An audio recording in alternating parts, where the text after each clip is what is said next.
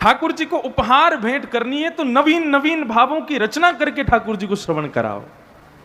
हम सत्य कह रहे हैं, अपना अनुभव कह रहे हैं।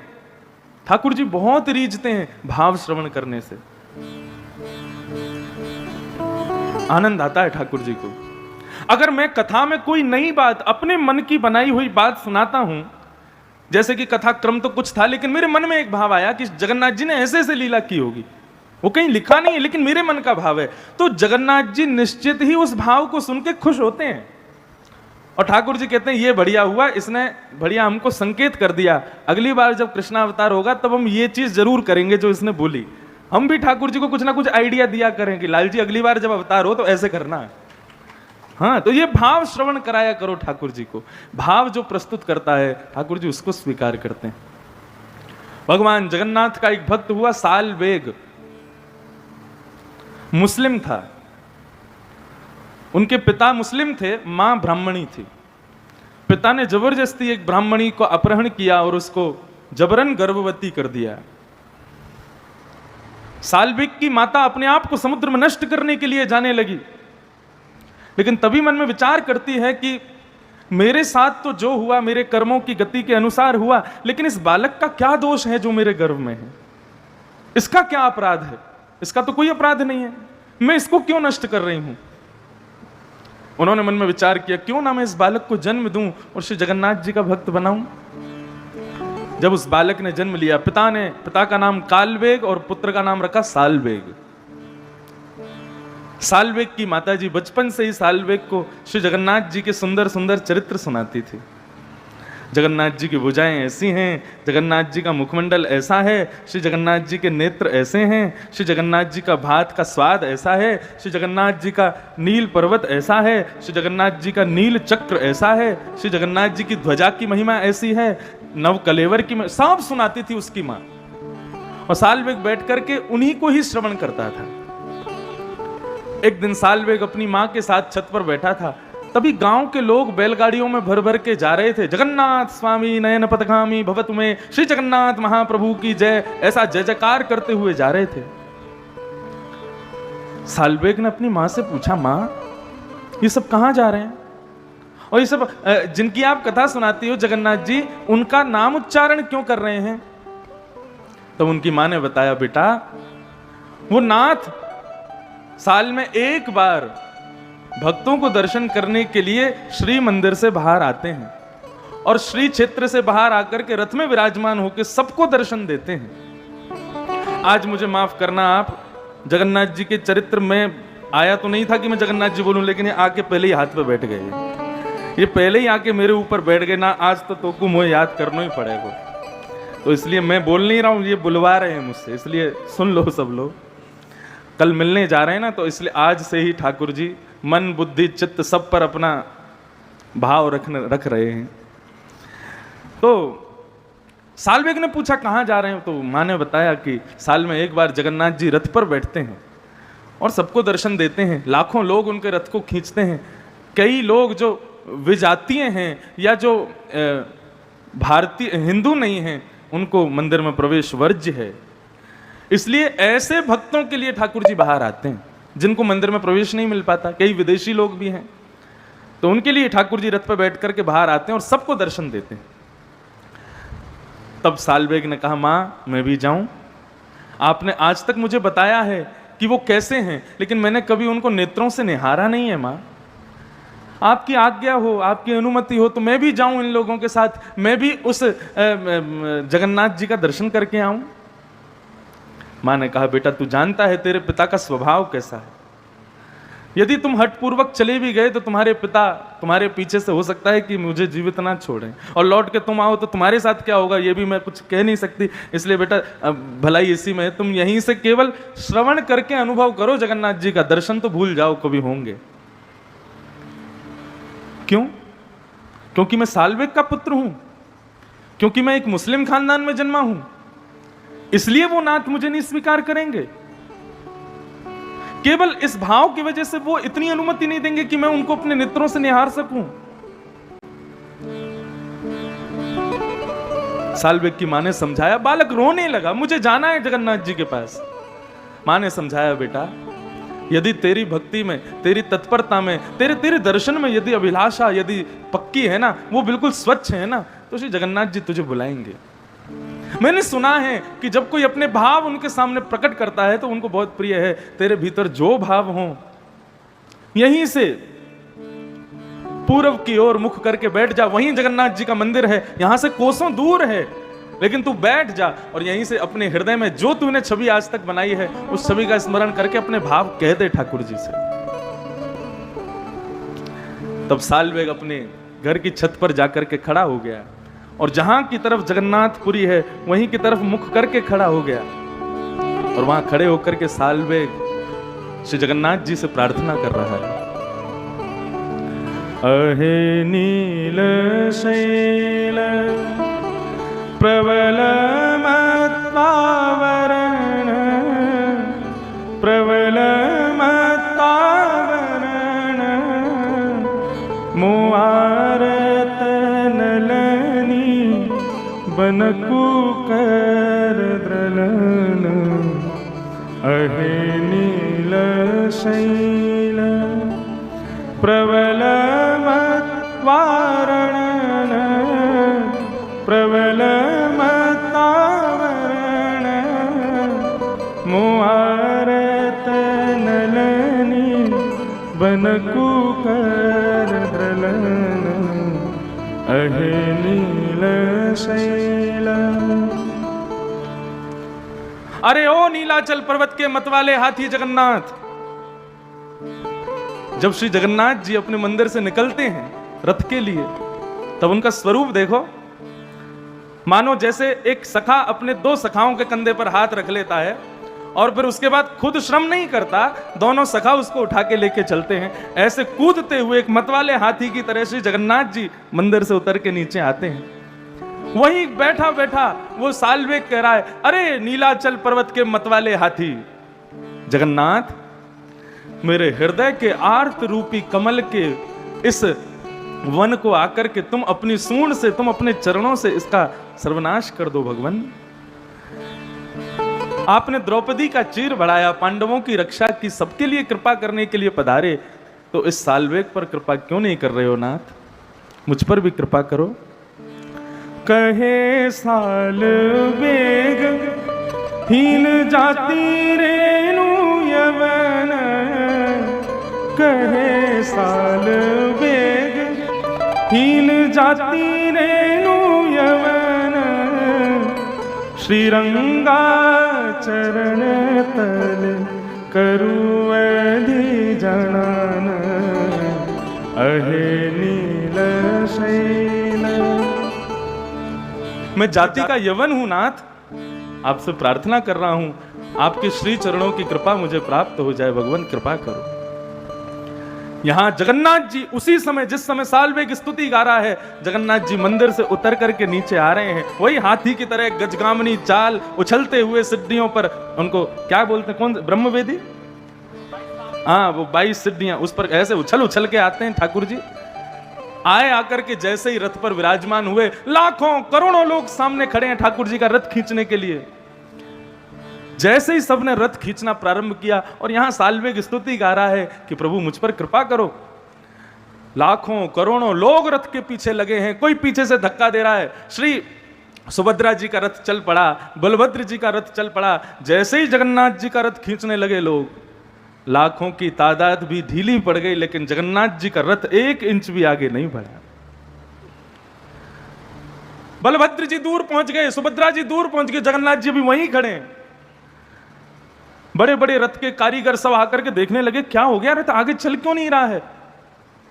सब ने राजा जी से जाके प्रार्थना की, बोले जगन्नाथ जी से पूछो ना क्या अपराध हो गया, क्यों नहीं चल रहे हैं। राजा ने जाकर के प्रणाम किया, बोले नाथ कोई अपराध हो गया है, आपका रथ आगे क्यों नहीं बढ़ रहा है। तब राजा के हस्त कमल पर श्री जगन्नाथ जी ने एक दृश्य जैसा दिखाते हुए संकेत किया, बोले राजन इस बार मेरी यथ यात्रा में भक्त क्यों नहीं आए। राजा बोला आप कह रहे हो भक्त नहीं आए, अरे अपने विशाल नेत्रों को खोल करके देखो, जहां तक दृष्टि जा रही है भक्ति भक्त खड़े हैं और आप कह रहे हो कि भक्त नहीं आए। जगन्नाथ जी बोले आए होंगे लेकिन मुझे दिख नहीं, क्यों नहीं दिख रहे हैं। बोले क्योंकि इन भक्तों का अग्रगण्य साल्वेग नहीं आया है। यदि मेरे रथ को आगे बढ़ाना है राजन, अभी इसी वक्त मेरे भक्त साल्वेग को लेकर के यहां आओ। जब तक वो मुझे नहीं दिखेगा मेरा रथ आगे नहीं चलेगा। आज राजा ने तुरंत अपनी सेना को बुलाया, बोले कि सरकार की आज्ञा हुई है, साल्वेग को लेकर के आओ। साल्वेग छत पर खड़ा खड़ा ठाकुर जी की स्तुति कर रहा था। कोसों दूर साल्वेग का घर, रात्रि में ही दौड़ करके गए। पहली बार ऐसा हुआ कि जगन्नाथ जी का रथ अभी बढ़ा ही नहीं आगे और दोनों के रथ आधे रास्ते पहुंच गए। सेना पूरी गई, जाकर के साल्वेग के पिता से युद्ध करके साल्वेग को लेकर के पालकी में लौटा करके जब जगन्नाथपुरी आई, लाखों करोड़ों लोगों की संख्या खड़ी है, सब हताश निराश बैठे हैं, जगन्नाथ जी से प्रार्थना कर रहे हैं प्रभु आगे बढ़ो, लेकिन ठाकुर जी आगे नहीं आ रहे हैं। इतने में ही उन करोड़ों भक्तों के मध्य में साल्वेग का जैसे ही आगमन हुआ, साल्वेग को दूर से देखते ही बिना लोगों के खींचे अपने आप ही जगन्नाथ जी का रथ आगे बढ़ने लगे और रथ के ऊपर बैठे हुए वो मतवाले जगन्नाथ मचलने लगे अपने आप ही। अपने सब पुजारियों को आदेश कर दिया, बोले इसको लेके आओ, ला करके मेरे हृदय से लगाओ। जब साल्वेग को लेकर के गए, ठाकुर जी ने अपने हृदय से लगाया, श्री जगन्नाथ जी के नेत्र सजल हो गए। ऐसे कृपालु नाथ, ऐसे दयालु नाथ हैं श्री जगन्नाथ, सब पर कृपा करते हैं। बस अपने भाव कोई कहे तो सही उनको। हम सब देते हैं ठाकुर जी को, लेकिन अपना भाव नहीं देते, इसीलिए कभी ठाकुर जी का अनुभव नहीं होता। आज मुझसे एक बहन पूछ रही थी, आपको कभी ठाकुर जी दिखे, आपको कभी लाला का दर्शन हुआ? नित्य होता है। जब जब लाल जी मेरी गोद में बैठ के अपना श्रृंगार कराते हैं, कई बार अपने आप नेत्र सजल होते हैं। कई बार अनुभव होता है लाला का थोड़ा पेट बाहर निकल आया है, लाला की थोड़ी भुजाएं मोटी हो गई हैं, लाला जो है थोड़ा सा एक पांव आगे करके खड़े हैं, लाला ने आज अपनी पलक झपकाई है, लाला आज कुछ बोल रहे हैं, लाला आज कुछ कह रहे हैं। कितनी बार रात्रि में कैसे कैसी ध्वनियों का अनुभव होता है, कैसे कैसे स्वरों का अनुभव होता है। कहां तक कहूं मैं? और मैं चाहता हूं ये अनुभव सबको हो, क्योंकि वो अनुभव ब्रह्म सुख से भी ज्यादा है। उसके आगे ब्रह्म सुख भी फीका लगता है। और मैंने कल के या परसों के कथा प्रसंग में कहा भी था, ठाकुर जी प्रत्यक्ष दर्शन दें और तुम्हारी अभिलाषा भी नहीं होनी चाहिए कि प्रत्यक्ष तुम मिलो, क्योंकि उसके बाद और क्या बचेगा? कुछ भी नहीं। प्रत्यक्ष दर्शन के बाद फिर क्या लोगे ठाकुर जी से? कुछ भी नहीं। अब दर्शन हो गया, अब उसके बाद मांगोगे क्या? कुछ बचेगा ही नहीं, बस हो गया, सब काम खत्म। प्रत्यक्ष दर्शन की तो अभिलाषा करो ही मत। ठाकुर जी से अभिलाषा तो यही करो, बीच बीच में थोड़े थोड़े डोज देते रहा करो। कभी कहीं अनुभव हो गया, कभी कोई आभास हो गया, कभी किसी रूप में आपका अनुभव हो जाए। बस ये छोटे छोटे अनुभव ही पूरा जीवन पार हो जाए हमारा इन अनुभवों में ही। हमें आप दिखना मत, हमें आप दर्शन देना मत, ये अनुभव कराना बस। एक बार अपने लाल जी की नथ बेसर मैंने नहीं धराई ठाकुर जी को श्रृंगार में, हमारे लालयुग के, इन्होंने ये भाव गाया है। बोले कि ठाकुर जी की गिरिराज लीला, इसका भाव पक्ष क्या है? बोले कि श्री गोवर्धन नाथ जी ठाकुर जी के कर पल्लव पर नृत्य कर रहे हैं। जब गिरिराज जी नृत्य करना प्रारंभ करते हैं, थिरकना प्रारंभ करते हैं, तो ठाकुर जी की वंशी में अपने आप ध्वनि प्रकट हो जाती है। तो लाल जी भी कहते हैं, अच्छा अकेली मत बजे, आजा मेरे होटन पे आजा। ठाकुर जी वाकू अपने अधर पे धारण कर लें। जब ठाकुर जी की मधुर वंशी बजन लगे, तो आकाश के बादल कहें कि हम लोग वर्षा कर रहे हैं या ब्रजमंडल को डुबावे के काजे, अरे आज लाल जी की सेवा यदि कर देंगे तो हमारा जीवन भी धन्य हो जाएगा। तो इतनी टाइमिंग पर गर्जना होती है, मानो लगता है मृदंग बज रहा है क्या। और जब मृदंग के इस मुरली की ध्वनि को, जब दोनों के संगम को सुनते हैं, तो ग्वाल बाल भी उसकी टाइमिंग बैठा करके कान पे हाथ धर के ताल दे दे करके गाना शुरू करते हैं। ग्वाल वालों के उस गायन को सुनकर के उनकी छोटी छोटी बछिया, बछड़ा और गैया भी अपना मुख खोल करके अम्मा कह करके वो भी स्वर लगा रहे हैं। ये सब दृश्य देख करके सकल गोपी जन उनको आशीष दे रही हैं, लाला को कह रही हैं, लाला तू चिरजियो, तू सदा मंगल करियो। ऐसे भाव। श्री गोवर्धन लीला 7 दिन 7 रात्रि पर्यंत ठाकुर जी ने अपने इकन्नी उंगली पर धारण किया।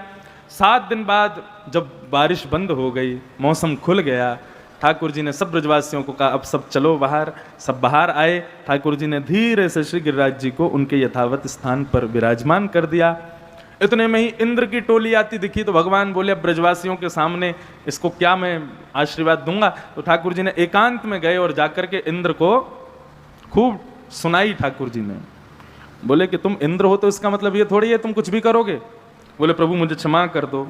और इंद्र ने भगवान की स्तुति गाई, पिता गुरुस्त्वं जगतामधीशो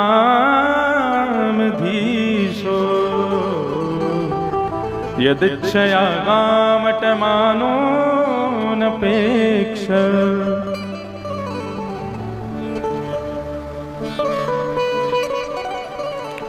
आप मेरे पिता हैं, आप मेरे गुरु हैं।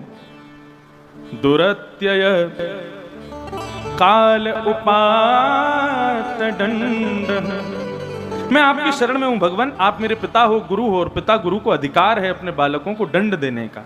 आप मुझे दंड दीजिए भगवान, आप जो दंड देंगे मुझे स्वीकार है।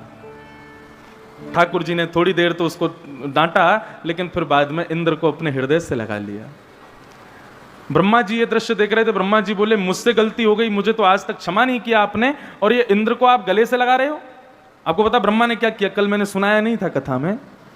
भगवान एक दिन ग्वाल बालों के संग बैठ करके वनभोज कर रहे थे, और उस वनभोज के मध्य में ठाकुर जी ने मधुमंगल के मुख पर लगी हुई कढ़ी को अपनी जिह्वा से चाट लिया।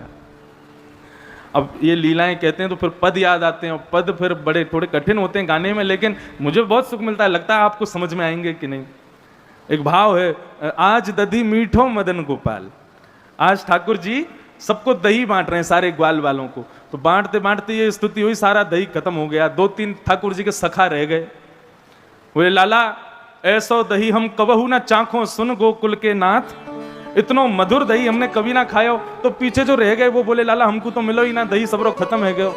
तो ठाकुर जी कितना सुंदर भाव कहते हैं, बोले जो नहीं पायो सुनो मेरे भैया, जिनको दही नहीं मिली वो क्या करो, मेरी हथेली चाट, आ जाओ मेरे हाथ में अभी दही लगो, आके वाकू चाट लो। तो सब ग्वाल वाल आए, ठाकुर जी की उंगलियां बांट ली सबने। हाँ लाला ये तेरी है, ये मेरी है, ये बाकी है, और सब ठाकुर जी की उंगली में लगे हुए दही को ही चाट रहे हैं। अब इस सब दृश्य को देख करके देवताओं को लगे, बोले ये यज्ञ भोक्ता भगवान है, इनके लिए इतनी पवित्रता, इतनी स्वच्छता, इतनी अपरसता, इन सब का हम विचार करते हैं, और ये यहाँ पे ये ग्वाल बालों के संग झूठा कूटा खा पी रहे हैं। इंद्र को ब्रह्मा जी को लगा, बोले कि ये ना भगवान नहीं है। क्यों? बोले शुद्धम विष्णु। विष्णु कौन? जो परम पवित्र रहे, परम शुद्ध रहे। ये विष्णु नहीं है, ये तो कोई बहलू पिया है, हम सबको पागल बना रहा है। अभी मजा चकाता हूं। और ब्रह्मा जी गए और ठाकुर जी के सारे ग्वाल वालों का हरण कर लिया। ठाकुर जी कहीं गैया बछड़िया बच्चा कहीं चली गई तो उसको लेने गए, लौट के आए तो देखा सारे ग्वाल वाल है ही नहीं। ढूंढते रहे ठाकुर जी, ढूंढते ढूंढते ऐसा वर्णन करते हैं लाल जी के नेत्र सजल हो गए कि मेरो मधुमंगल कहाँ गयो, मेरो श्रीदामा कहाँ गयो, मेरो तोष कहाँ गयो। जब कोई नहीं मिले तब ठाकुर जी ने, अच्छा ये भाव, ठाकुर जी ब्रजमंडल में अपना ब्रह्मत्व भूल जाते हैं, अपनी प्रभुता कभी कभी भूल जाते हैं ठाकुर जी कि मैं ईश्वर हूं। प्रेम वही है बंधुओं, जहां आप अपने आप को भूल जाओ या अपनी श्रेष्ठताओं को भूल जाओ। वो प्रेम नहीं है जहां पर आप अपने गुमान में रहो कि नहीं मैं तो ये हूं, मैं ये थोड़ी कर सकता हूं, या ये मुझसे थोड़ी होगा। प्रेम तो तभी जानो जब आप अपने प्रभुता को भूल जाओ। मैं कौन हूं इस बात का भी आपको अंदाजा ना हो। लोग खूब ऑब्जेक्शन करते हैं मेरे ऊपर भी, आप भागवत के वक्ता होकर के क्रिकेट खेलते हो। मैंने कि हम महाराज बने ही रहे, केवल ज्ञान उपदेश करें, मंच से बैठ करके अपने कमरा में जाके हरिनाम संकीर्तन करें, ऊपर दूसरे दिन कथा में ही मिलें। मैंने कि उससे क्या फायदा। 26 साल की उम्र है अभी छोटे से तो कथा करने लग गए। कोई हमारे यार दोस्त मित्र तो है नहीं, कथा सुनने वाले श्रोता ही मेरे मित्र हैं। उनके संग यदि 1-8 घंटा थोड़ा यहां मन का मंथन कर लें और वहां तन का मंथन कर लें तो उसमें भेद क्या है। और एक बात कहूं, राहुल केला पहली जगह नहीं है जहां हम क्रिकेट खेलते थे। मैं सब जगह खेलता हूं, रुचि हो तो लोगों को बोलता हूं आओ, नहीं है रुचि तो हम आपस में ही खेलते हैं। लेकिन जहां लोग आते ही हैं, उन्होंने हम भी आएंगे महाराज जी खेलने, उसके बाद प्रभाव अलग पड़ता है कथा का। मैंने देखा, मैं एक महाराज बना रहा हूं, तुम एक श्रोता बने रहो, एक दूरी सी बनी रहे तो मेरी कथा का उतना प्रभाव नहीं होगा, मुझे ऐसा लगता है। यदि हम मित्र हो जाएं आपस में, ये व्यासपीठ और वो श्रोतापीठ, ये दोनों कभी कभी एक दूसरे से मिला करें, गलवैया डाल के घुमा करें, तो बात का प्रभाव अलग पड़ता है। फिर उसका आनंद एक अलग होता है। केवल कथा हो तो उसकी याद रहेगी। लेकिन ये सब भी हो जहां पे हम अपनी प्रभुता को छोड़े, हम गुरु जी, हम महाराज जी, हम ये जी, हम वो जी, अरे कहां तक बने रहोगे? ये सब छोड़ के इससे थोड़ा बाहर निकल के यदि सबके साथ में आनंद किया जाए ना, तो मुझे ऐसा लगता है कि जो बात मैं 4 घंटे में समझाने में इतने उदाहरण करता हूं, वो एक मित्रता के भाव से यदि समझाऊंगा तो जल्दी समझेगा व्यक्ति। सुबह जिसने मुझे बोल्ड आउट किया वही मेरी कथा में बोल्ड हो जाए, तभी तो आनंद आएगा। उसको भी लगे मैंने महाराज जी को आउट कर दिया, क्योंकि कथा में तो बोल्ड मैं ही करता हूं सबको। हाँ, कहीं तो ऐसा मौका मिले जहां आप भी बोल्ड करो मुझे। तो ये एक आनंद है, ये सुख है। प्रेम वही है जहां आप अपनी प्रभुता को भूलो, प्रभुता से बाहर निकलो, अपने श्रेष्ठताओं को भूल जाओ, वही प्रेम है। ठाकुर जी भूल जाते हैं कि मैं ईश्वर हूं। आज ठाकुर जी ने देखा ग्वाल बाल कहां गए, तभी नेत्र बंद करके देखा तो ब्रह्मा के कृत्य पर ठाकुर जी को रोष आया। ब्रह्मा, तुमको शर्म नहीं आती? यदि मैं प्रभुता भूल करके इन बालकों के संग झूठा कूटा खा रहा हूं तो तुमने मुझ पर ही संशय कर लिया। रुको, अभी बताता हूं। जितने ग्वाल बालों का ब्रह्मा ने हरण किया, उतने ही ग्वाल बाल ठाकुर जी ने अपने अंग से प्रकट कर दिए।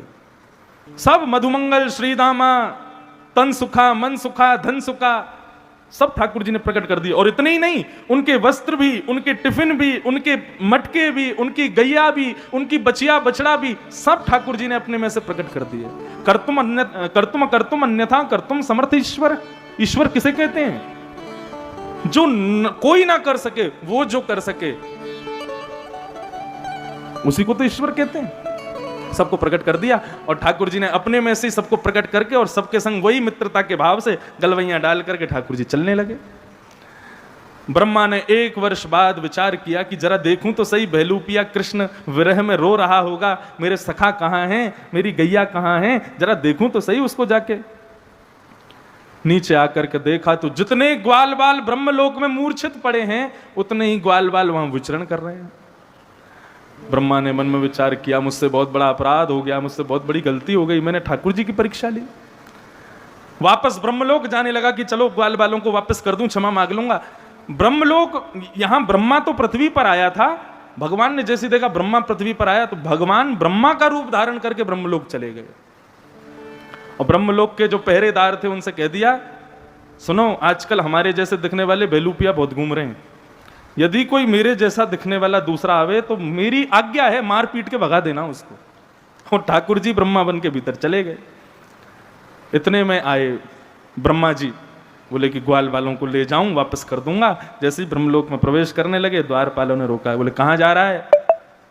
बोले जा रहा है, यही तमीज है आप लोगों की? हाँ, साक्षात ब्रह्मा से ऐसे बात करते हो?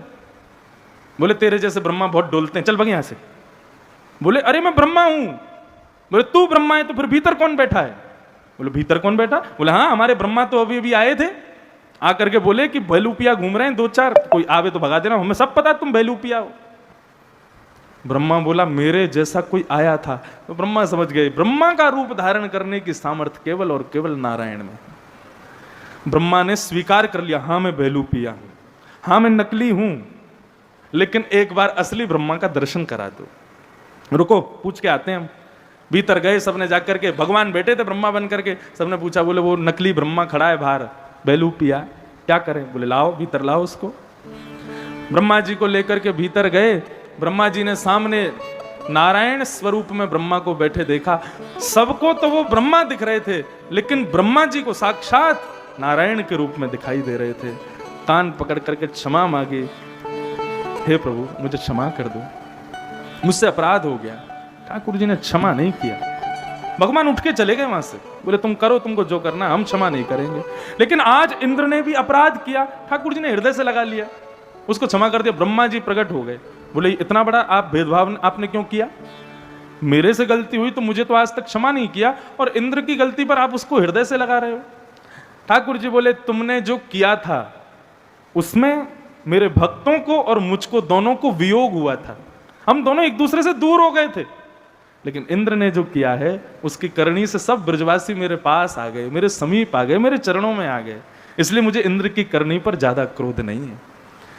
जिस कारण से भक्त ठाकुर जी से दूर होता है, वो कारण बंधुओं कोई भी क्यों ना हो, ब्रह्मा भी क्यों ना हो, ठाकुर जी को वो प्रिय नहीं है।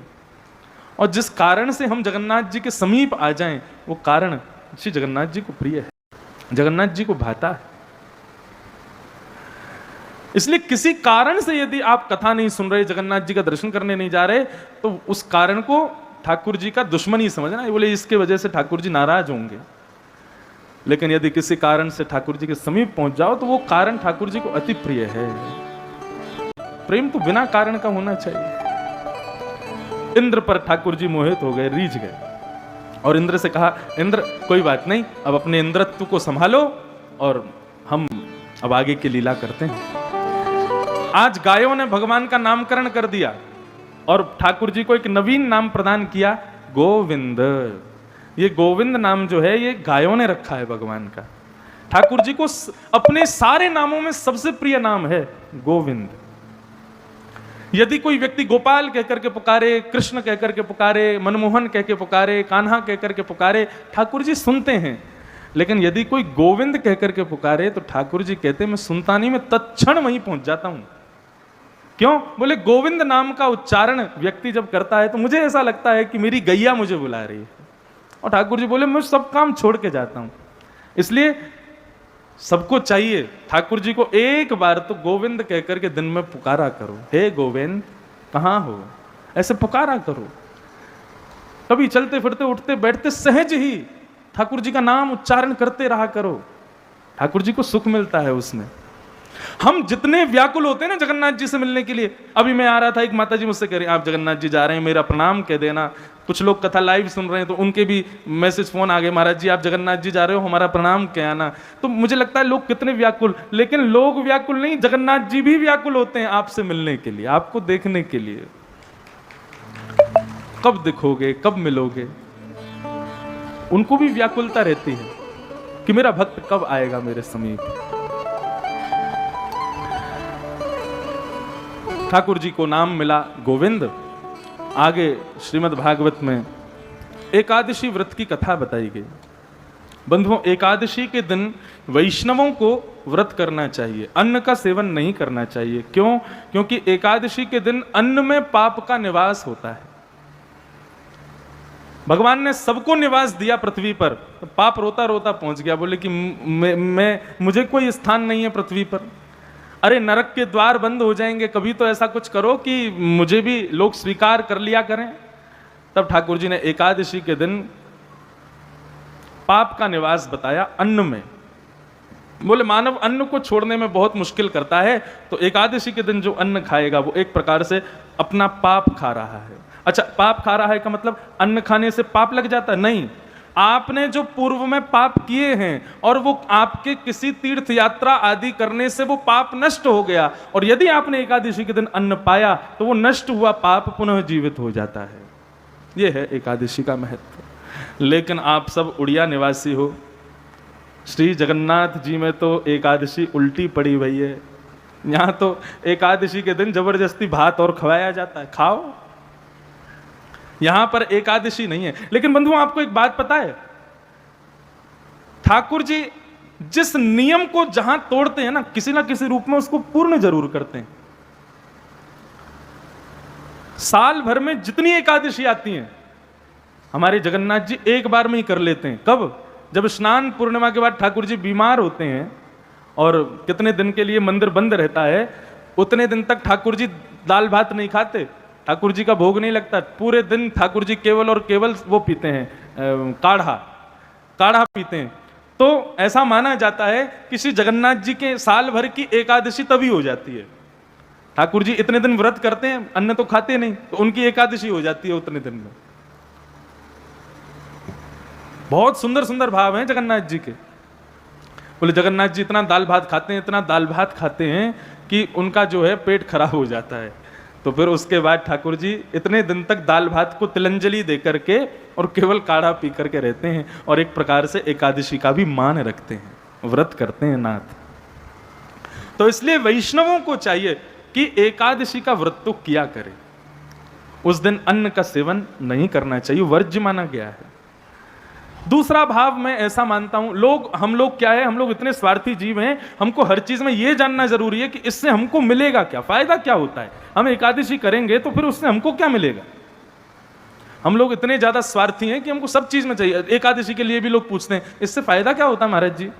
अरे कभी कभी कोई काम बिना फायदे के भी करने चाहिए। कई काम ऐसे भी होते हैं जिसमें यह नहीं देखा जाता कि इससे फायदा क्या होगा, बस वो करना चाहिए।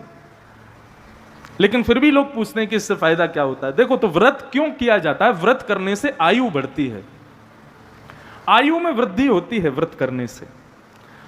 हम लोगों की आयु क्षीण होती है अन्न खाने से। हम जितना अन्न खाते हैं उतनी आयु हमारी कम होती चली जाती है। यदि हम एक दिन भी अन्न का सेवन नहीं करते हैं तो उस दिन अन्न ना खाने से हमारी आयु वर्धन होता है। एक भाव तो ये, और दूसरा भाव ये कि भैया जिस प्रकार माताएं अपने पति की दीर्घायु के लिए करवा चौथ का व्रत करती हैं, ऐसे ही वैष्णव भक्त वृंद अपने लाला की सुख समृद्धि के लिए एकादशी का व्रत करते हैं कि अरे लाला हम तो को कछु दे ना सकें, हमारे पास सबसे मूल्यवान हमारा जीवन है, हम एक दिन व्रत करके एक दिन की आयु जो हमको मिली है वो लाला हम तेरे चरणन में प्रदान करें। जो बढ़िया हिष्ट पुष्ट हैं, बढ़िया चंगे होके डोल रहे हैं और उसके बाद भी एकादशी नहीं कर रहे हैं तो फिर बेटा समझ जाओ थोड़ा सा, एकादशी के दिन अन्न नहीं खाना चाहिए। और चावल तो बिल्कुल ही नहीं खाने चाहिए। वो बात अलग है कि आप जगन्नाथपुरी चले जाओ तो बात अलग है, लेकिन जगन्नाथपुरी से आने के बाद फिर अगली एकादशी भी करना, फिर द्वादशी भी करना, उसको पिछली एकादशी को कर लेना पूर्ण कहीं ना कहीं। ऐसे मैनेज करते हुए चलो अपने भाव को। और अब यहां प्रारंभ होती है रास पंचाध्याय की कथा, श्रीमद् भागवत के प्राण स्वरूप भगवान के रास की कथा। रास की कथा में हम लोग प्रवेश कर रहे हैं। भगवान पिता रात्रि शरदोत्फुल्ल मल्लिका विक्षरन्तुं मनश्चक्रे योगमायामुपाश्रित। भगवान पिता रात्रि शरदोत्फुल्ल मल्लिका विक्षरन्तुं मनश्चक्रे योगमायाम उपाश्रित। बंधुओं, रास क्या है पहले ये समझो। बहुत ध्यान से सुनिए सब लोग, इधर देखो, ध्यान से श्रवण करो। रास, इसके मध्य में विराजमान जो आ की मात्रा है, यदि उसको हटा दिया जाए तो क्या बचेगा? रस। रस और रास दो भाव हैं। रस किसे कहते हैं और रास किसे कहते हैं, इतना यदि समझ लिया तो रास समझ में आ जाएगा। फिर आपके मन में कभी भी संशय नहीं उत्पन्न होगा कि ठाकुर जी ने गोपियों के संग रास क्यों किया। कई लोगों के मन में आज तक संशय होता है। अभी आज वैसे मैंने प्रश्न पत्र पढ़े नहीं, कल पढ़ दूंगा सारे, लेकिन एक व्यक्ति ने कुछ कहा है। हाँ, मेरा प्रश्न यह है कि उत्सव मनाने के लिए क्या इस प्रकार आशीर्वाद फेंक फेंक कर देना उचित है? ये गोकुल नहीं है, आज का समय है, हर कोई एक दूसरे का छीनने में लगा है। ऐसा करके किसी का भाव आया। देखो आपके भाव को प्रणाम करते हैं जिन्होंने भी लिखा है, लेकिन ठाकुर जी के जन्मोत्सव की बधाई आपको विशेष व्यक्ति मान करके हाथ में बड़ी धीरे से दी जाए तो वो बधाई नहीं मानी जाती। बधाई तो लुटाई जाती है, जिसके अधिकार की होगी वो ले लेगा उसको। बधाई तो लुटाई जाती है, और ये लूटना और लुटाना ये दो अंतर। देखो, लूटना वैसे एक प्रकार से गलत माना जाता है। जैसे हमने कहा अरे उसने उसको लूट लिया, तो सुनने में लगता है अरे राम राम राम, लूट गया बेचारा।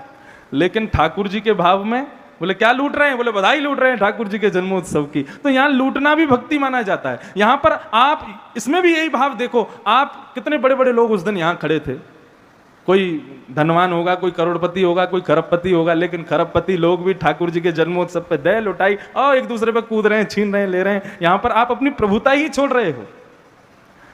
ये गोकुल नहीं है, ऐसा तो मानना ही नहीं, आपकी दृष्टि में नहीं होगा। लेकिन भागवत जिस दिन विराजमान हो जाती हैं उस दिन से ये परिसर, ये राउल केला तो नहीं है, ये तो वृंदावन है, ये तो ब्रजभाव है। और अगर आप अभी भी इसको राउल केला मान रहे हो, राउल केला में कथा आपको समझ में आ ही नहीं सकती। ये कथा के भाव आपको छुएंगे नहीं, आपकी आंखें सजल होंगी नहीं, आपके पैर थिरकेंगे नहीं। ये पैर थिरकना, नेत्र सजल होना, हृदय में ठाकुर जी से मिलन की उत्कंठा आना, ये तो केवल और केवल ब्रज में हो सकता है। और कथा जहां जाती है वो ब्रज ही हो जाता है। ये ब्रज वृंदावन है। कल के बाद राउल केला है, लेकिन अभी तो ये वृंदावन है।